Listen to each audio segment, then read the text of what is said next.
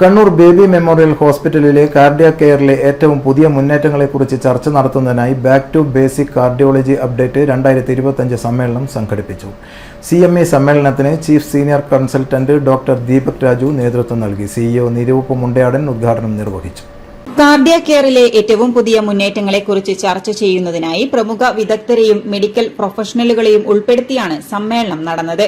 ആരോഗ്യരംഗത്ത് കാർഡിയാക് കെയറിന്റെ നൂതന ചികിത്സകളും പുതിയ അറിവുകളും വർദ്ധിപ്പിക്കുന്നതിനുള്ള ഒരു വേദി നൽകുക എന്നതായിരുന്നു back to basic cardiology update 2025 ലക്ഷ്യമിട്ടതെന്ന് BMH cluster CEO Niroop Mundayadan പറഞ്ഞു. BMH കാർഡിയോളജി വിഭാഗം ചീഫ് ആൻഡ് സീനിയർ കൺസൾട്ടന്റായ ഡോക്ടർ ദീപക് രാജു CMEയുടെ ലക്ഷ്യങ്ങളെക്കുറിച്ചും സമകാലീന കാർഡിയോളജിയിലെ പ്രസക്തിയെക്കുറിച്ചും വിശദമായ വിവരണം നൽകി. കോഴിക്കോട് ഗവൺമെന്റ് മെഡിക്കൽ കോളേജിലെ കാർഡിയോളജി വിഭാഗം പ്രൊഫസറും മേധാവിയുമായ ഡോക്ടർ രാജേഷ് മുഖ്യപ്രഭാഷണം നടത്തി. നിർണായക കാഴ്ചപ്പാടുകളും പുതിയ വിവരങ്ങളും പങ്കുവച്ചു.